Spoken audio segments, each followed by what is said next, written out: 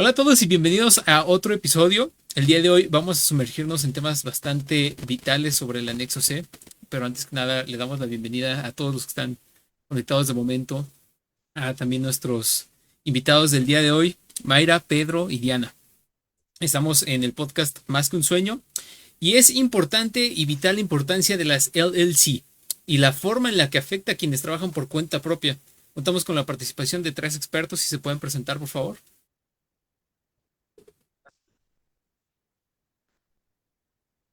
Hola, buenas tardes, ¿cómo están? Mi nombre es Mayra Linares, ¿cómo les ha ido? Un placer y un gusto estar de nuevo aquí todas las tardes en nuestro podcast Más que un sueño en compañía de Enrique Neri y hoy tenemos como invitados a Diana y a Pedro. Muchísimas gracias por estar aquí. Hola, muchas gracias por la invitación.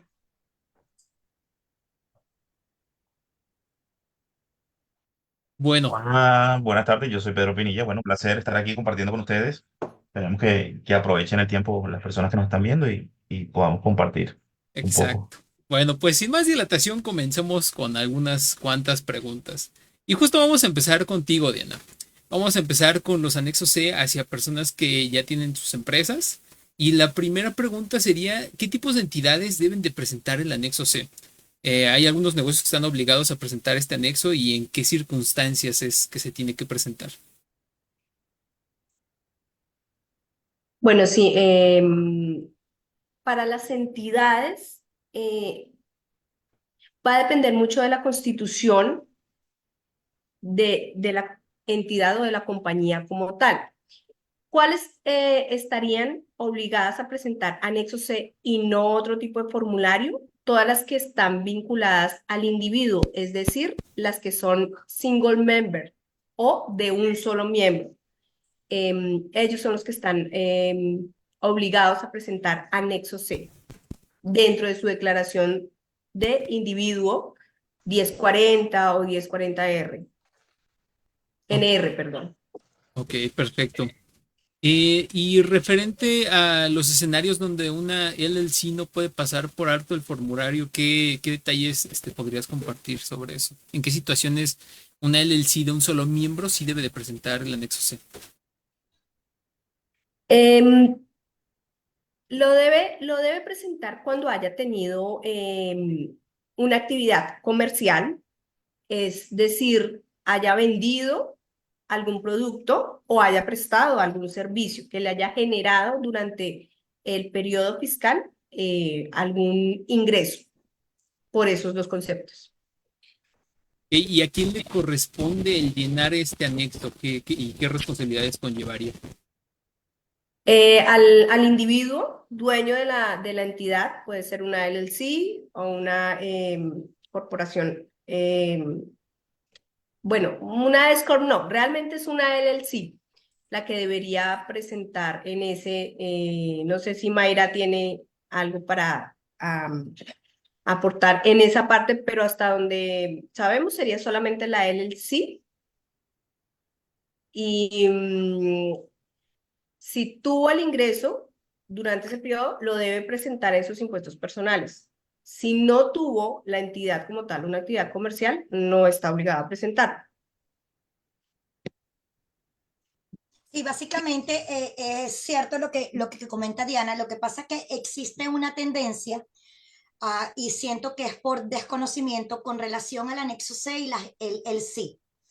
Hay personas que creen que porque registraron una LLC tienen que tributar a través de la 1065 y eso no es de esa manera. ¿Por qué? Porque existen, como quien dicen, las reglas del juego. Cualquier persona que tenga registrada una LLC de un solo miembro, la declaración tiene que hacerse a través de un anexo C, bien sea en la 1040 o la 1040 non-resident. ¿Ok? ¿Dónde viene digamos que, la problemática? En que hay personas que llegan a sitios a que les preparen sus declaraciones de impuestos empresariales y entonces ellos le dicen a los preparadores de impuestos, no, es que yo tengo una LLC. Automáticamente tributan por una 1065, pero no tomaron en consideración revisar los registros ante la IRS la incorporación ante la Secretaría de Estado, los artículos de organización, que pocas personas lo hacen, y es lo más importante de una LLC, y toman la información sin corroborarla. Esto origina que una persona que es una LLC de un solo miembro, que debe hacer la declaración a través del anexo C, le hacen una 1065. Y eso es erróneo. Pedro y yo tuvimos un caso específico en cuanto a eso, ¿correcto, Pedro?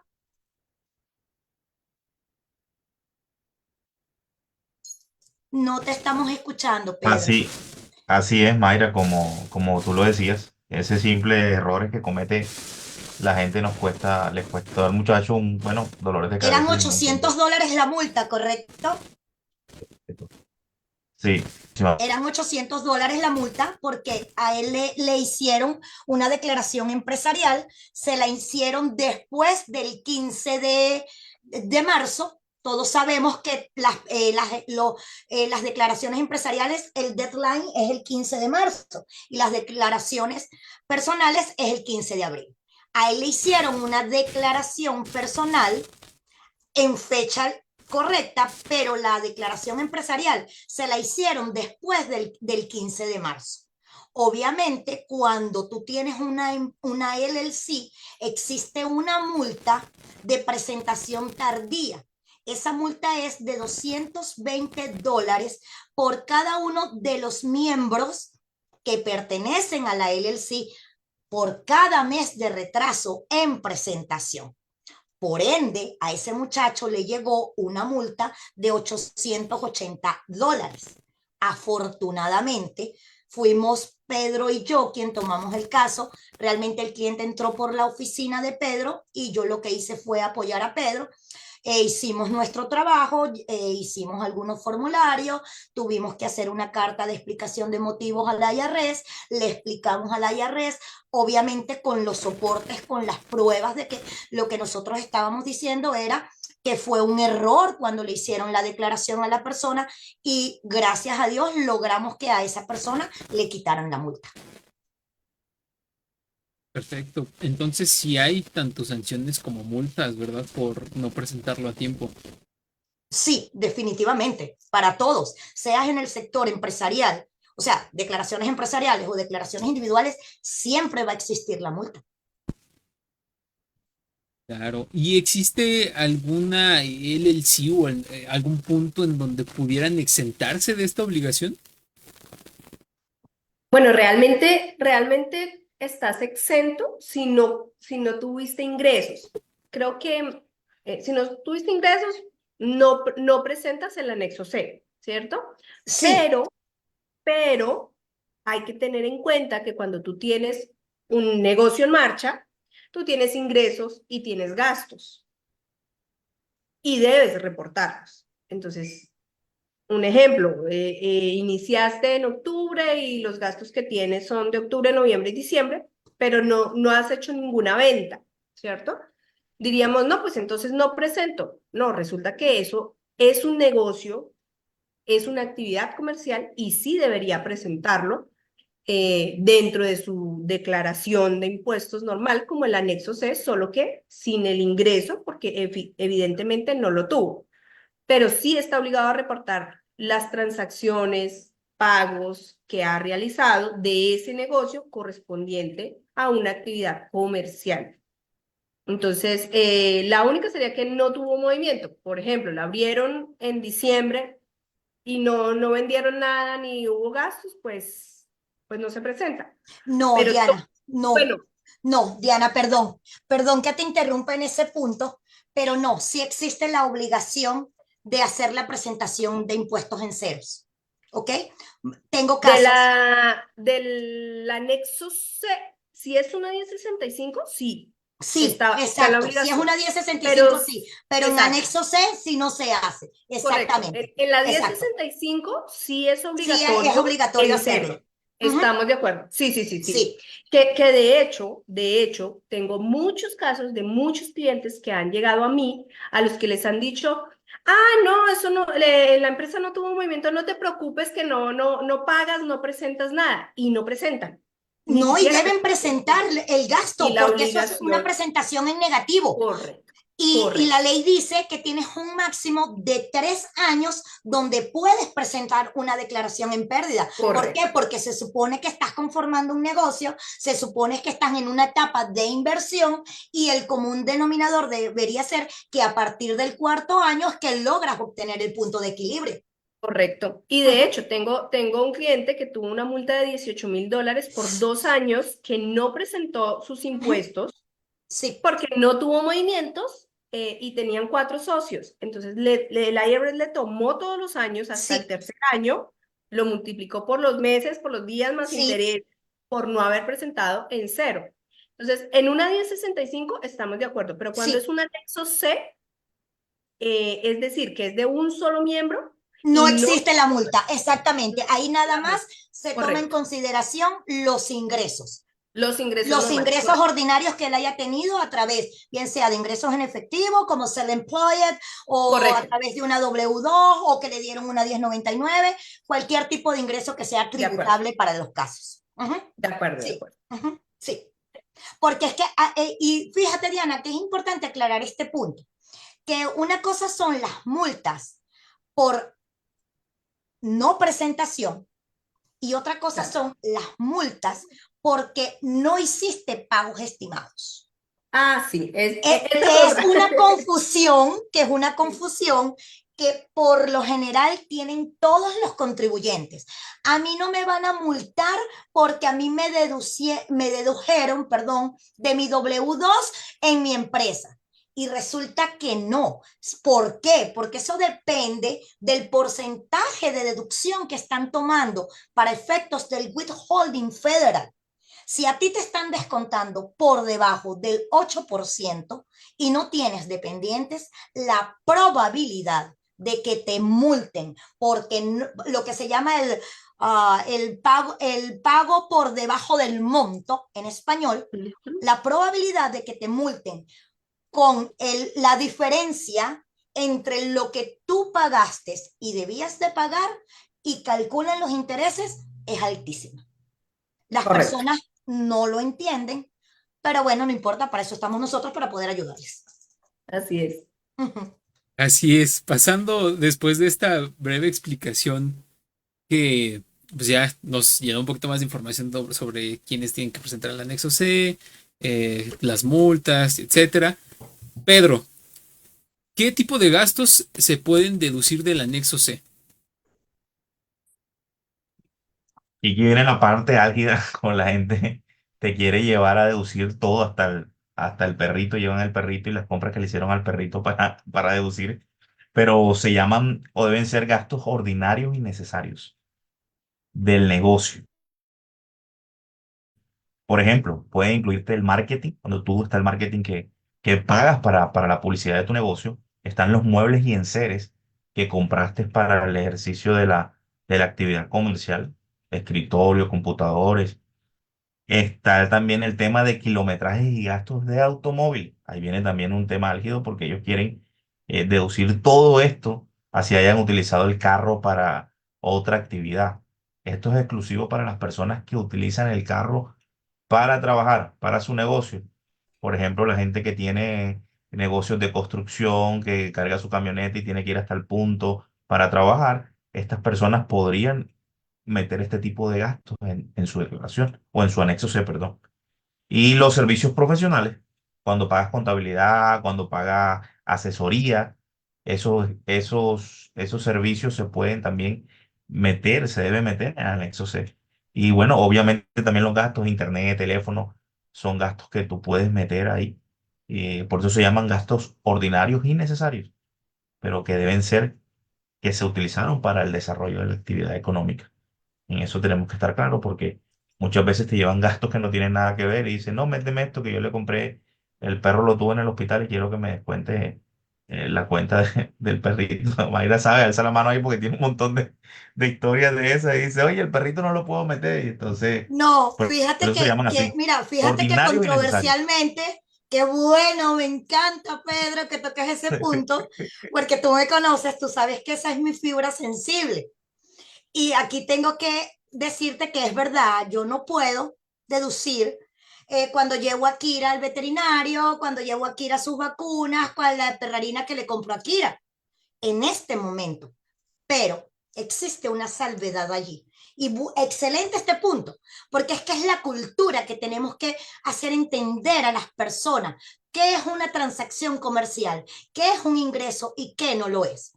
Si de repente mañana el perrito de Pedro enamora a mi perrita y esos dos perritos tienen bebés y resulta que esos bebés, Pedro y Mayra, los vendieron, automáticamente eso se convierte en un ingreso. En ese orden de ideas, todos los 2 meses de gestación de mi perrita, yo sí los puedo deducir, porque esos 2 meses de atención veterinaria fueron para yo proteger el embarazo de mi perrita y que los cachorros vinieran sanos. Cuando yo llevo a mi perrita que no puede dar a luz, sino que resulta que me le tienen que hacer una cesárea, es un gasto deducible de la venta de los cachorros. Y como yo no debo de vender ningún cachorro antes del mes y medio para garantizar que esté vacunado, las vacunas es un gasto deducible también. Ahora bien, ¿es la manera como Mayra y Pedro se ganan el dinero? No, realmente, pero es un ingreso extra que tuvimos en un periodo fiscal y es tributable. No, y está claro cuando dice que es en el ejercicio es un ejercicio de una actividad Ujú. Es que económica, se el resultado de considera, una actividad económica. se considera, Ok. definitivamente que se considera, porque es un ingreso. Bueno, también por poner otro ejemplo de los animalitos, no sé, si yo lo que hago es rentar, tipo Airbnb, pero tengo un animal de cuidado de mi casa, ¿Correcto? pues que estoy rentando, Correcto. puedo deducirlo, porque Sí, está, realmente la norma lo que dice es que el gasto debe estar directamente ligado con el con ingreso el ingreso, en función de la industria, en como tú función haces de... la generación del ingreso. Exactamente. Correcto. Por ejemplo, otro ejemplo con relación a eso, siguiendo la línea. Si yo soy dueña de un estacionamiento privado y yo tengo animalitos para que en las noches, porque no sé, bueno, no estamos ahí en la época de las cámaras y tengo los perritos que cuiden el estacionamiento para que nadie se meta y no le hagan nada a los carros, sí se convierte en un gasto deducible, porque todo va en función de la industria y qué es lo que yo necesito para tener operativo ese negocio. Perfecto, entonces depende mucho del giro del negocio, de qué es lo que se trabaje, cuáles son los requerimientos para poder hacer el cálculo en el anexo C. Pero Pedro, ¿por qué es importante el ingreso neto, conocido como net income? ¿Cómo se calcula este ingreso y qué impacto tiene en el resultado final al presentar los impuestos?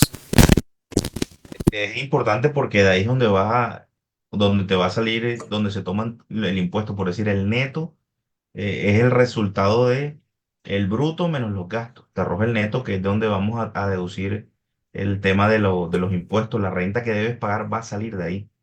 También lo usamos para calcular el impuesto del self-employee, pero es el neto, el resultado de la ecuación, de donde vamos a taxar, por decirlo así. Por eso es importante saberlo, porque a veces decimos, bueno, a la empresa le entraron $50,000, un ejemplo, pero tuvimos en gastos 45,000. El resultado fueron $5,000. Sobre eso es que se debe taxar. Ok, y hablando de esta parte, ¿podrías darnos una idea más o menos de cómo se distribuye el porcentaje, por ejemplo, para el Seguro Social y cuál sería Medicare? Bueno, básicamente,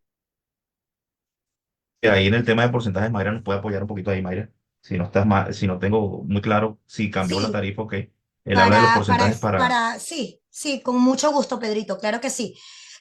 Para efectos de lo que es el cálculo del Self-Employment Tax, está estipulado que el porcentaje es del 15,3%, de donde el 12,4% se va al seguro social y el 2,9% se va a Medicare. Hay algunas excepciones, pero hasta donde tengo entendido, la excepción solamente se aplica en personas que trabajen que sean jubilados del sistema ferroviario. Es la excepción. No, de verdad, nunca he trabajado bajo esa sección, no es mi área de experiencia, pero sé que existe esa excepción para esa industria en particular. Ok. Mayra, y justamente pasando contigo ya a preguntas un poquito más específicas, ¿cómo se define el trabajo por cuenta propia ante el IRS y qué criterios utilizan ellos para determinarlo como trabajo por su propia cuenta? Para el IRS, trabajo por cuenta propia, el sistema de determinación que ellos tienen, no importa lo que hagas, toda actividad lo tengas bajo una entidad o no una entidad que te genere un ingreso, es un trabajo por cuenta propia. Yo puedo estar aquí en mi casa haciendo lacitos todos los días y yo vendo lacitos y el ingreso de esos lacitos ya se considera un trabajo por cuenta propia. ¿Ok? Porque ellos la medición en cuanto a quién es un trabajador por cuenta propia o no, lo determinan en función de los ingresos. Ahora bien, hay salvadas excepciones cuando estamos hablando de algunos... para que en las noches... Ups, tuve un feedback, ¿verdad? Perdón, hay algunas excepciones con relación a tema de licencias, ¿ok? Porque hay algunas actividades que están categorizadas como trabajadores por cuenta propia, pero la realidad es que no están cuenta propia porque tienen una actividad, digamos que depende de algunas licencias. Entonces ahí varía la categorización. Pero en Entonces, esencia, cualquier ingreso en efectivo, ya tú tienes que reportar eso. Es un mito. ¿Y por qué aclaro esto? Porque hay personas que dicen, wow, el ejemplo que voy a poner, no sé, creo que me voy a ganar muchos enemigos, pero es que es la realidad. Un mesero. ok. Los meseros ganan por tips. Y hay muchos tips que obviamente que no llegan en efectivo a tu mano porque son dejados en las tarjetas cuando el cliente paga por la tarjeta. Y obviamente que tu empleador tiene un récord y eso te lo reportan. Más todos los tips que ellos reciben en efectivo no son reportados en muchas ocasiones. Y la realidad es que eso hay que reportarlo. Tu ingreso no solamente depende de cómo tú trabajes. Entonces ya ahí vas a tener un reporte bajo un anexo C por los tips que recibiste en efectivo y un reporte bajo una W2 por los tips que tú recibiste a través de tu payroll. Ok, y justo entrando a la parte de trabajar por nómina o ser dueño de un negocio, para el IRS, ¿qué significaría auténticamente ser el dueño de un negocio? ¿Qué implicaría llevar el negocio en incorporado y cómo afectaría esto en la declaración? Ok, para efectos de la IRS, pudiéramos hablar hay negocios que no necesitan ser incorporados para que se califiquen como, o valga la redundancia, como un negocio calificado. Y una de las cosas es cuando las personas son un matrimonio, se dedican a la misma actividad, me estoy adelantando un poco, pero más o menos para ponerte en contexto, Ujú. se dedican a la misma actividad y aunque no tengan un negocio constituido, es decir, una entidad registrada ante la Secretaría de Estado y ante la IRS, sí se pueden calificar como un negocio. Se va a través de anexo C, pero tienes que tener las entidades para los efectos de tributación, porque el detalle está es que la tributación de un DBA, que también se reporta a través de un anexo C, es diferente a la tributación que se hace a otro tipo de entidades. Y si me voy más a lo profundo, por ejemplo, un dueño de negocios, los propietarios de una LLC de más de un miembro, que no se irían por anexo C, que se van a través de la 1065, el detalle con estas personas es que no pueden estar alojadas en el payroll, a menos que se haya realizado cuando se tramitó el EIN, que es la incorporación de la empresa ante el IRS, se haya solicitado ser taxable como una ex-corp. De lo contrario, ellos no van a poder estar alojados en el payroll. Entonces igual también depende mucho de cómo esté. De la estructura de negocios que tienes registrada, cómo la tienes registrada, cómo la tienes tributando. Exacto. Vuelvo hacia atrás. Una LLC de un solo miembro jamás se va a ir por una 1065. Siempre se tiene que ir por un anexo C. Y justo hablando de la parte de si es de un miembro o demás, ¿qué pasa cuando una pareja trabaja juntos, cuando son cónyuges? ¿Cuáles son las reglas a seguir para evitar problemas con el IRS en esta parte? Muy sencillo, se va a hacer un anexo C, ellos tributan como casados en conjunto, se tiene que hacer un anexo C. La diferencia es que el anexo SE, que es el Self-Employment Tax, ya sabemos que ese anexo se encarga de hacer la distribución del porcentaje que se va al Seguro Social y el porcentaje que se va al Medicare. Entonces, la regla dice que cuando hacemos esa declaración de impuestos, cada uno de los cónyuges debe de tener esos anexos por separado. Ok, perfecto. Y en cuanto al cálculo de los impuestos para trabajadores por cuenta propia, ¿podrías platicarnos un poquito de cómo se calculan estos impuestos? ¿Qué se debe tener en cuenta? Sí, sí, te refuerzo la información. Ujú. Volvemos al punto que conversábamos con Pedro, donde va a ser el 15.3%, el 12.4% se va a Seguro Social y el 2.9% se va a Medicare. Ok, y finalmente, ¿cuáles serían las formas más sencillas y seguras para pagar los impuestos estimados o mantener todo esto en regla? Ay, qué bueno que tocas el tema de los impuestos estimados. Un gran detalle. Todas las personas que saben que tienen que hacer una declaración a través de un anexo C deberían hacer los quarters. ¿Qué son los quarters? Los pagos estimados que se tienen que hacer trimestralmente. Ahora se preguntan, ¿y cómo sé yo cuál es el monto de los quarters? Es muy sencillo. Cuando usted hace una declaración de impuestos a través del anexo C, en su declaración de impuestos va a aparecer un formulario que se llama 1040ES. Ese formulario 1040ES le va a decir a usted lo que el IRS considera que van a ser sus ingresos proyectados para el próximo año fiscal. Y usted debería hacer los 4 pagos que están allí, que presentamos enero, febrero, marzo, enero, febrero, marzo, presentamos 15 de abril el primer quarter. Abril, mayo, junio. En julio presentamos el segundo quarter. Julio, agosto, septiembre. En octubre presentamos el tercer quarter y para el próximo mes, para el próximo año, en el mes de enero, presentamos el último quarter. De esa manera estamos evitando multas por pagos a lo que ya expliqué, que los pagos el aporte que usted hizo, la contribución que usted hizo en la retención federal no le llegue al monto que usted, que la IRS estima que usted va a ganar, ¿ok? Sí. Y obviamente se evita la multa y se evita el cálculo de intereses, porque sí, el IRS va a calcular los intereses desde el primer quarter que usted no empezó a hacer pagos estimados. Dato adicional e importante, que Ujú. poco se habla. Usted puede que sus ingresos no sean a través de un anexo C. Usted puede que sus ingresos vengan de una W2 o incluso de un anexo E.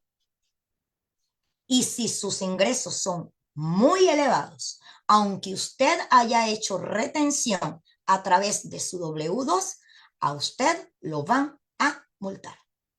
¿Esto qué quiere decir? El llamado es: hagan pagos estimados, porque cada día la ley se va a poner más difícil en cuanto a este tema.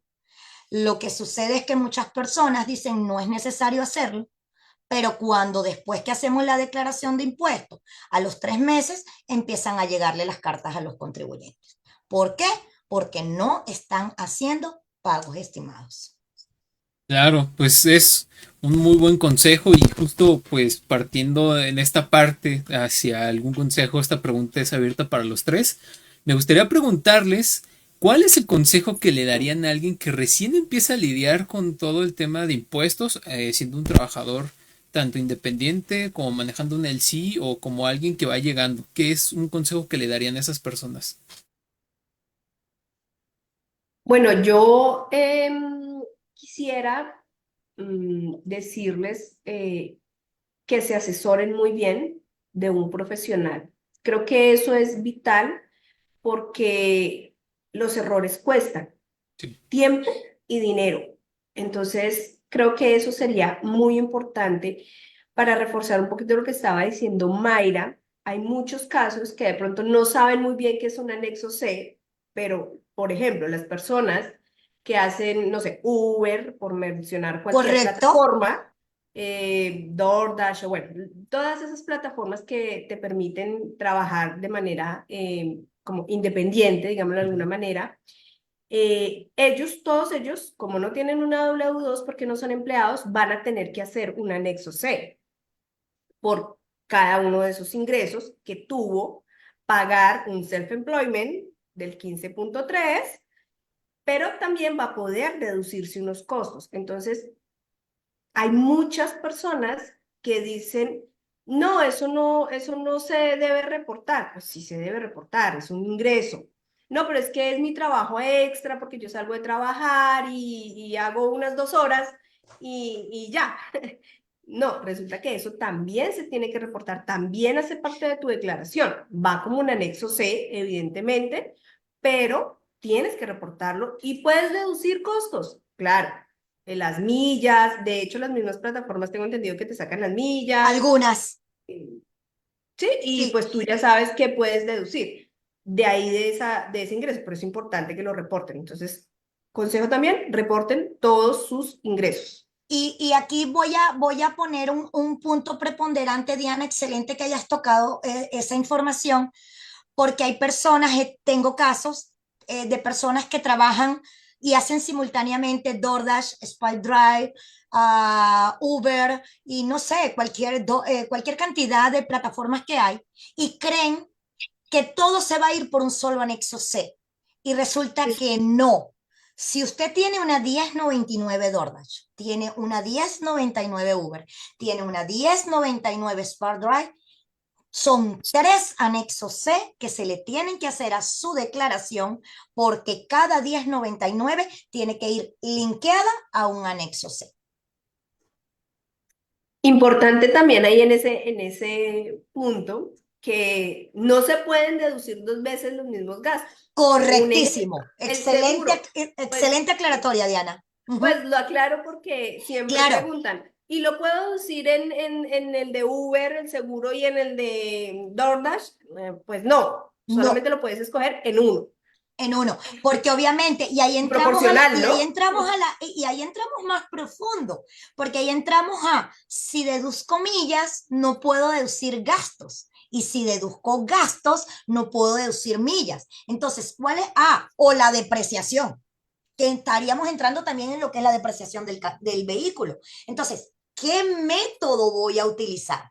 Obviamente, es una declaración que no la podemos hacer de la noche a la mañana, porque deberíamos hacer los 3 ejercicios para ver qué es lo más conveniente para el contribuyente, porque obviamente tenemos que ayudar al contribuyente, pero para hacer eso no es una declaración que la vamos a hacer en 3 minutos a ojos cerrados, porque tenemos que hacer los cálculos pertinentes. El cliente nos tiene que dar acceso a su información bancaria para nosotros ver qué realmente es deducible y qué no, y cuál es el método de cálculo que vamos a utilizar para poder fijar las deducciones dentro del anexo C.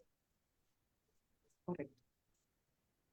Y bueno, definitivamente asesorarse con un experto, como estamos escuchándolo todo, es el consejo, porque como dice Dianita, los errores cuestan, pierde uno tiempo y pierde dinero.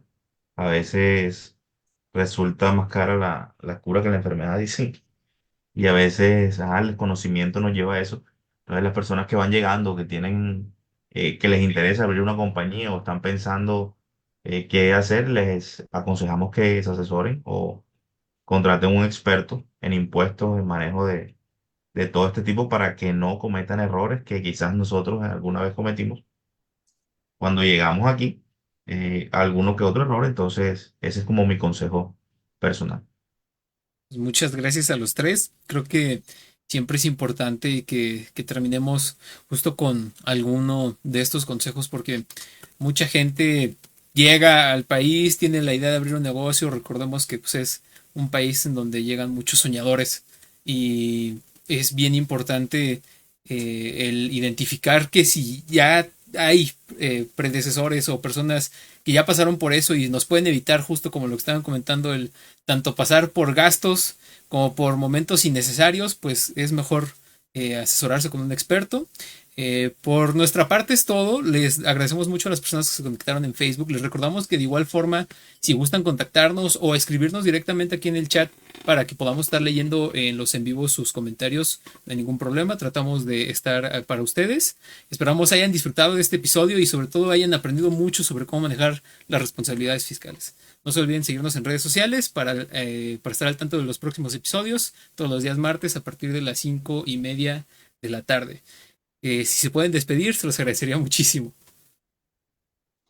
Muchísimas gracias a todos por estar aquí. Yo no di mi consejo, pero lo voy a dar. Contáctenos. Somos un equipo multidisciplinario que estamos preparados para poder ayudarlos. Y es por eso que siempre voy a decir, esto es más que un sueño. Una cosa es tener un sueño y otra cosa es poder tangibilizarlo. Muchísimas gracias por estar aquí. Un beso para todos. Los quiero. Bye. Muchas gracias. Hasta luego, Adiós. gracias. Muchas Un abrazo. gracias. Nos vemos. Adiós.